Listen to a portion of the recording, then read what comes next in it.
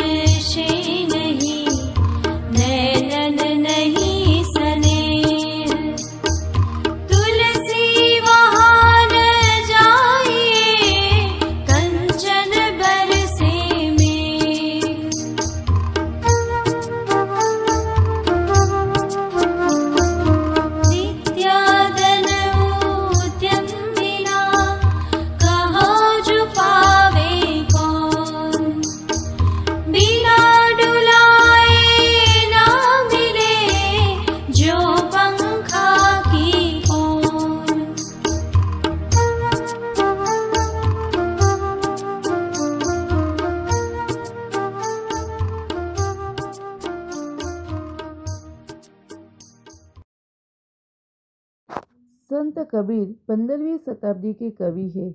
आपने हिंदू और मुसलमानों को उनकी गलतियों के लिए फटकारा है और दोनों को हिल मिलकर रहने का उपदेश दिया है। पहला, साईं इतना दीजिए जामे कुटुंब समाए, मैं भी भूखा ना रहूं साधु ना भूखा जाए। साईं यानी के भगवान, जामे यानी के जिसमें, कुटुंब यानी के कुटुंब परिवार, समाए यानी के पालन पोषण हो सके। इस दोहे में कबीर जी कहते हैं कि हे प्रभु, मुझे बस इतना ही अन्न और धन दीजिए जिससे मेरे परिवार का निर्वाह हो जाए। न मैं भूखा रहूं और न कोई साधु फकीर मेरे दरवाजे से भूखा लौटे। बिना विचारे जो करे सो पाछो पछताए, काम बिगाड़े आपनो जग में होत हसाए। पाछे यानी के बाद में, जग यानी के संसार, हंसाई यानी के हंसी। इस पंक्ति में कबीर जी कहते हैं कि जो व्यक्ति बिना सोचे समझे काम करता है वह बाद में पछताता है। वह अपना काम तो बिगाड़ता ही है, दुनिया में उसकी हंसी उड़ाई जाती है। कबीरा खड़ा बाजार में, मांगे सबकी खैर, ना काहू से दोस्ती ना काहू से बैर। खैर यानी के खुशहालता, बैर यानी के दुश्मनी। इस दोहे में कबीर कहते हैं कि मैं बाजार में सबके सामने खड़ा होकर भगवान से सबकी कुशलता मांगता हूँ, सबकी भलाई के लिए प्रार्थना करता हूँ। मेरी न किसी से दोस्ती है और न किसी से दुश्मनी। रहीम, आपका पूरा नाम अब्दुल रहीम खान खाना है। आप बड़े उदार और अनुभवी थे। हिंदी में आपने बोधप्रद दोहे लिखे हैं। पहला, रहीमन वे नर मर चुके जे कहूँ मांगन जाही, उनते पहले वे मुए जिन मुख निकस नाही। नर यानी के मनुष्य, जे यानी के जो, कहूँ यानी के कहीं, जाही यानी के जाते हैं, उनते यानी के उनसे, मुए यानी के मर गए, जिन यानी के जिनके, निक्षत यानी के निकलता है, नाही यानी के नहीं। इस दोहे में रहीम जी कहते हैं कि वे मनुष्य मरे हुए हैं जो कहीं यानी कि दूसरों के पास मांगने जाते हैं, परंतु उनसे पहले वे लोग मर चुके हैं जो मांगने वालों को देने से इनकार कर देते हैं।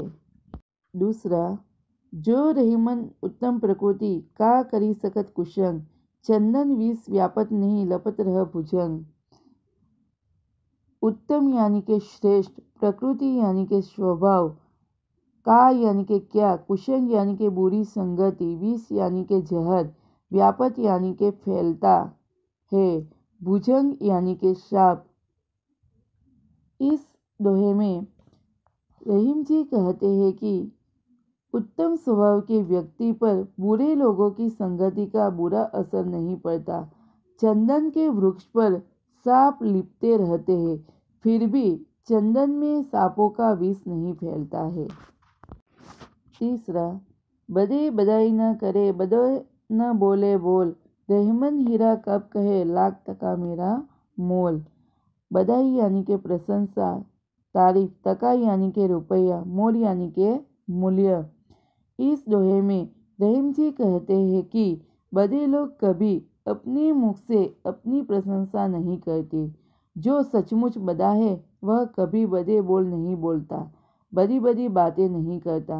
हीरा कभी नहीं कहता कि उसका मूल्य लाख रुपए है। तुलसीदास, संत तुलसीदास 16वीं शताब्दी के प्रसिद्ध राम भक्त कवि है। आपने रामचरितमानस नामक प्रसिद्ध ग्रंथ लिखा है। पहला, आवत हित हरसे नहीं, नैनत नहीं सनेह, तुलसी वहाँ न जाइए कंचन बरसे मेघ। आवत यानी के आने पर, ही यानी के हृदय, हर्षी यानी के प्रसन्न होता है, नैनन यानी के नयन, स्नेह यानी के स्नेह, तहाँ यानी के वहाँ, कंचन यानी के सोना, मेह यानी मेघ बादल। इस दोहे में तुलसीदास कहते हैं कि जिस घर के लोगों का हृदय तुम्हें आया हुआ देखकर हर्षित न हो जाए और जिनकी आंखों में स्नेह की भावना न हो, उस घर में कभी मत जाओ, फिर भले ही वहाँ सोना ही क्यों न बरसता हो। दूसरा, विद्या धन उद्यम बिना कहाँ जो पावे कौन, बिना डोलाए न मिले ज्या पंखा के पौन। उद्यम यानी के परिश्रम, कहो यानी के कहिए, पावे यानी के पाता है, ज्यों यानी के जैसे, पौन यानी के पवन।